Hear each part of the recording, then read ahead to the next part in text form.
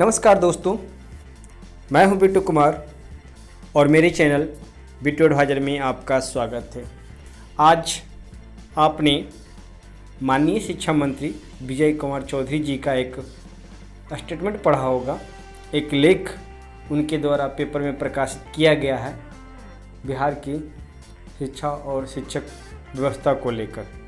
उस पर हम अपना कमेंट जारी रखना चाहते हैं, उस पर हम विस्तार से कुछ बोलना चाहते हैं। बिहार सरकार की क्या कमियां हैं वो हम बताना चाहते हैं।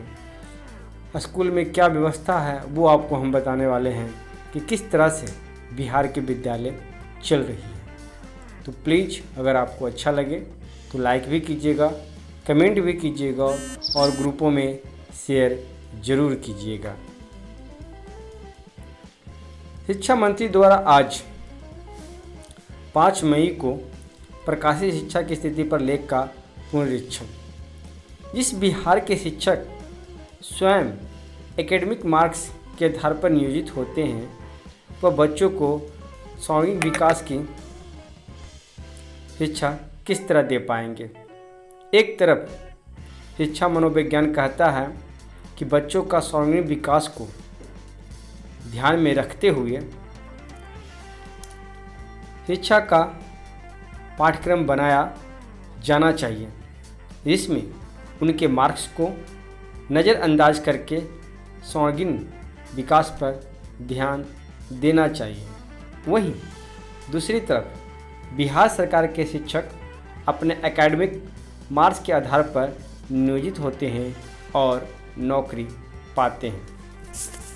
आप शिक्षा विभाग के लोग बिहार को कितना मूर्ख समझते हैं। जिस बिहार की शिक्षा को 16 वर्षों में आप लोगों ने बर्बाद किया, आज उसी बर्बादी का मूल्यांकन लेख लिखकर कर रहे हैं।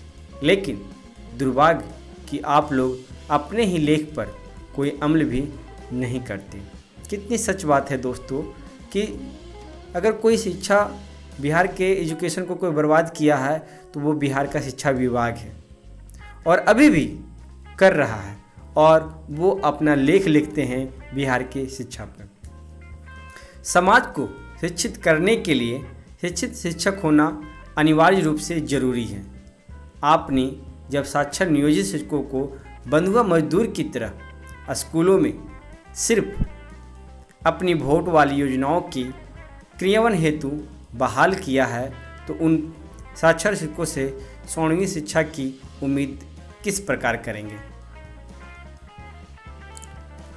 आपकी शिक्षा नीति पूर्णतः वोट बैंक की नीति पर आधारित है। स्कूली बच्चे और उनके अभिभावक दिन रात आपकी योजना अंतर्गत मिलने वाली 200-400 रुपये की बात करते हैं। कभी कोई अभिभावक या छात्र शिक्षा की बात नहीं करता।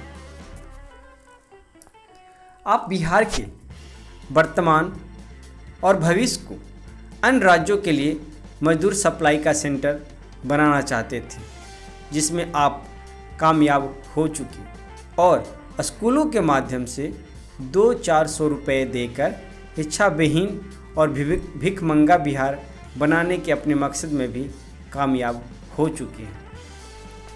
सबसे बड़ी बात कि जो शिक्षक 2005 से 2015 के बीच आप लोगों ने बहाल किए थे, उनमें 90% शिक्षक शिक्षित ना होकर सिर्फ साक्षर हैं, जो एकेडमिक एग्ज़ाम में चीटिंग के लिए बदनाम बिहार और यूपी से मार्क्स और फर्जी सर्टिफिकेट लाकर बहाल हुए हैं।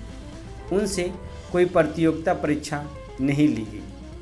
बिहार सरकार की कृपा और आप लोग की अदूरदर्शिता के कारण बहाली प्रक्रिया में भ्रष्टाचार और फर्जी सर्टिफिकेट के माध्यम से स्कूलों में शिक्षक बन गए, जो 10 साल बाद भी आपका शिक्षा विभाग उन्हें पकड़ नहीं पाया है।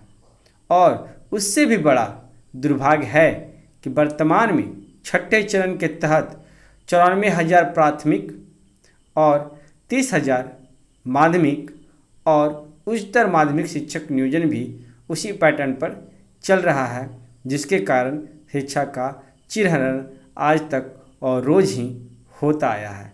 जैसा कि आप देख रहे हैं कि बिहार के 94,000 शिक्षक बहाली का भी वही स्थिति है और स्टेट 37,000 शिक्षकों की बहाली का भी वही हाल है, और इसका पूरा जिम्मेवार कोई और नहीं तो बिहार का शिक्षा विभाग है।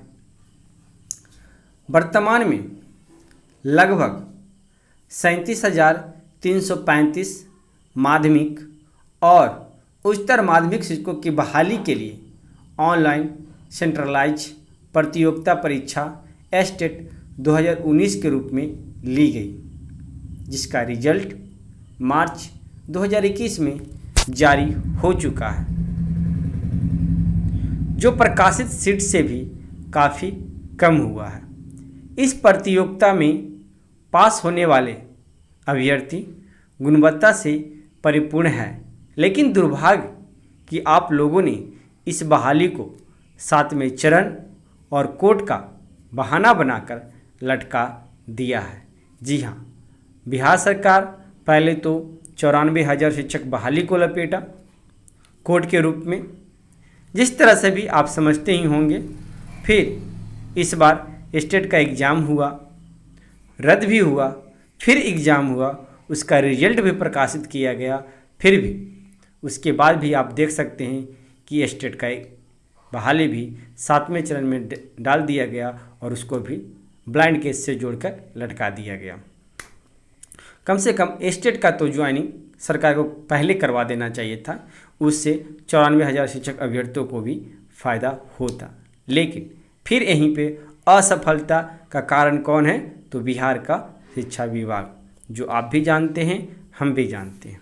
अतः पहले खुद की समीक्षा करें कि जब पहले की सारी नियोजन और नियुक्ति प्रक्रिया में ही लाखों खामियां हैं और अंततः स्टेट 2019 की परीक्षा जो ऑनलाइन और 100% गुणवत्ता सुनिश्चित करने वाली है, उसको भी कोर्ट का बहाना बनाकर लटका दिया है।